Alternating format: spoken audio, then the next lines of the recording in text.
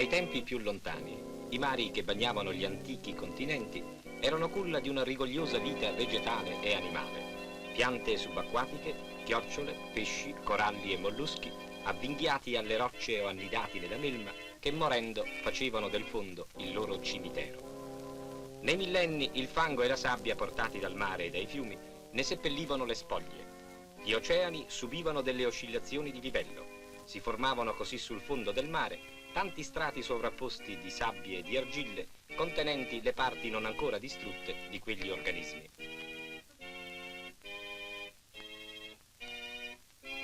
Grandi pianure e catene di montagne sorgono ora dove erano gli antichi mari. Col cammino dei secoli i fondi marini si sono deformati e sono usciti dalle onde. Se oggi andiamo a cercare, troviamo ancora sull'Appennino, denudate dalla pioggia e dalle stagioni, chiare tracce dell'origine marina.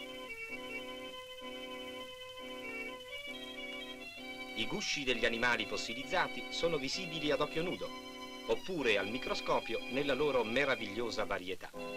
Gli organismi sepolti danno origine a volte agli idrocarburi, al metano e al petrolio, che più leggeri dell'acqua si spostano verso le parti alte degli strati. Dove questi sedimenti sono stati scoperti dall'erosione delle acque, si sono volatilizzati. Dove invece nel sottosuolo si sono trovati fra due strati impermeabili di argilla, hanno conservato intatta la loro ricchezza. La difficoltà è tutta nel trovare dalla superficie la loro esatta ubicazione. Fra i vari metodi di esplorazione del sottosuolo, i geologi preferiscono quello sismico, eseguito da squadre di geofisici per misurare direzione, pendenza e profondità degli strati metaniferi. In tutta la pianura padana vengono fatti a breve distanza l'uno dall'altro una serie di pozzetti nei quali viene calata una carica di esplosivo. Tutto intorno si dispongono i geofoni, cioè gli apparecchi che raccolgono le onde generate dallo scoppio.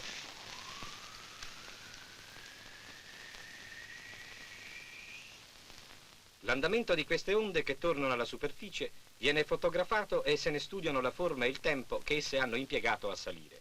Così gli scienziati possono leggere la profondità e l'andamento degli strati del sottosuolo e fissare il punto esatto dove verrà innalzata la torre.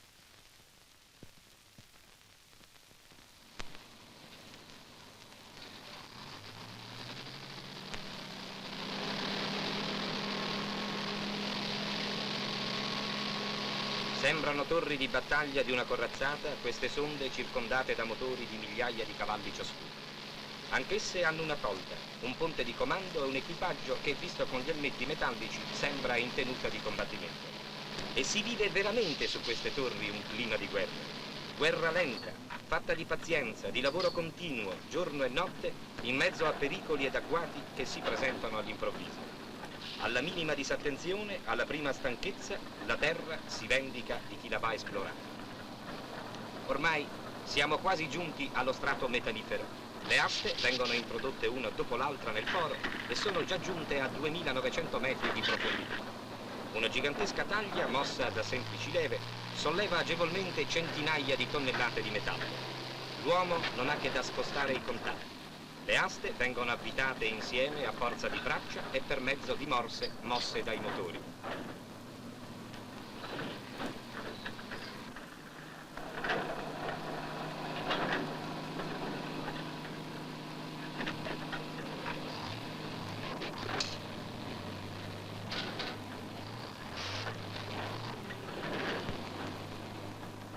Poi, quando la nuova asta è stata fissata, il caposquadra fa partire la tavola rotante che dà allo scalpello il movimento di rotazione. Via dunque per gli ultimi 100 metri che ci separano dallo strato. Ormai la corazzata ha ripreso a navigare.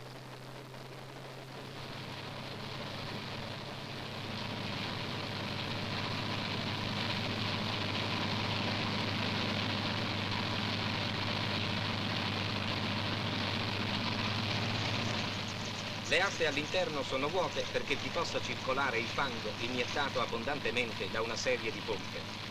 Il fango, risalendo in superficie, convoglia i detriti della perforazione e mantiene inoltre una pressione sufficiente ad impedire eventuali eruzioni di gas e il franamento delle pareti del pozzo. Un tubo e una testa di iniezione lo introducono nelle aste.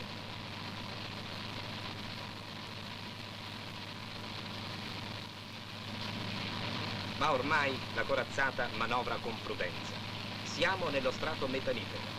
I pontisti scendono sulla tolda dall'alto dell'Alberobino. Mesi di studio e di perforazione, l'opera dei geologi, degli ingegneri, delle maestranze, le infinite difficoltà incontrate durante il lavoro, tutto potrà fra pochi momenti giungere in porto. Rimane solo un ultimo punto di domanda.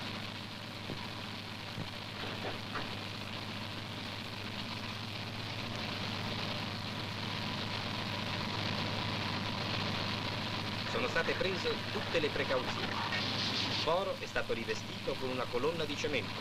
Sono stati analizzati al microscopio i campioni del terreno perforato. Sono pronti gli apparecchi per imbrigliare il getto. Ormai ci vuole delicatezza ed attenzione. Tutto avviene come in una navigazione senza visibilità.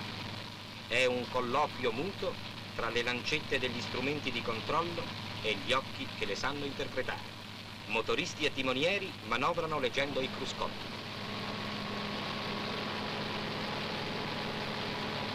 Ma bisogna diluire il fango per permettere al metano di salire al momento voluto e con una certa dolcezza.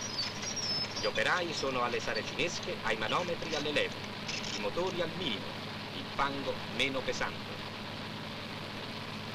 Si attende. Un amico, un nemico, non si sa. Mesi di sole e di pioggia, frastuono di motori, pericoli, muscoli tesi nello sforzo, tutto ora ha un significato reale.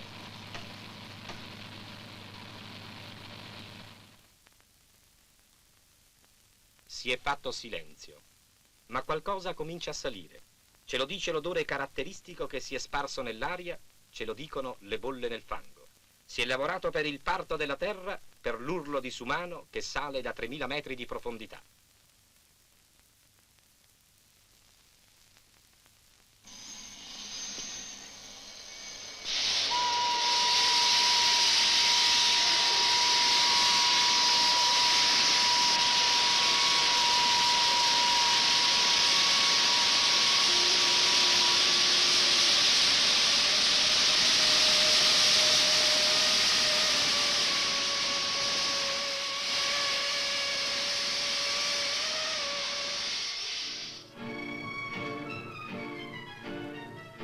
Così il metano e il petrolio si avviano per due strade diverse. Il metano, depurato dalla gasolina, viene incanalato nei metanodotti e comincia a correre per la pianura padana. Lo aspettano i grossi centri abitati e le grandi industrie. Lo aspetta la lotta contro il carbone.